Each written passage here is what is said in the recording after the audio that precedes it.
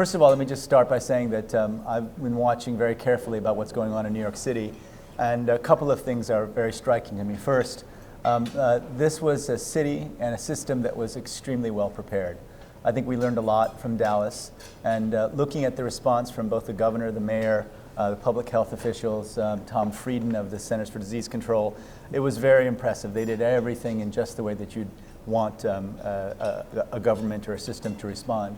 The other thing that I'd like to stress, and we can talk more about it, is we all have to understand that Dr. Spencer is a hero, that he is doing exactly what's needed to actually bring the epidemic to an end.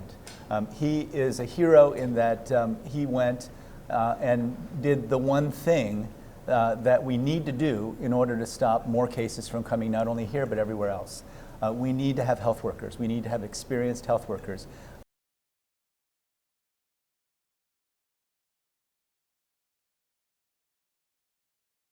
The media has varied tremendously. I have seen extremely high quality reports that go into detail about how the virus is transmitted.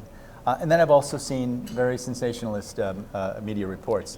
You know, we take this fear very seriously because from the perspective of economics, what we've learned is that 80 to 90% of the economic impact of these outbreaks has to do with fear and what we call aversion behavior, fear than it does with the virus. So the virus can have a relatively limited impact, and then the fear has this huge economic impact.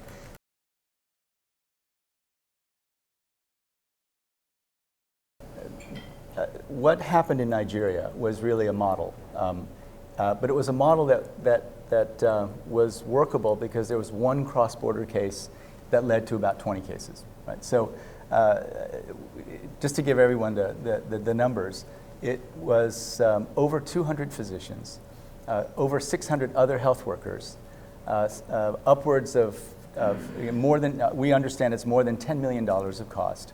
And they did almost 19,000 home visits where they took people's temperatures. This was doing the contact tracing.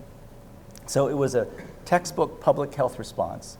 But if you can imagine if there were 100 cases or 1,000 cases that came over the border, it would challenge even Nigeria to be able to respond effectively.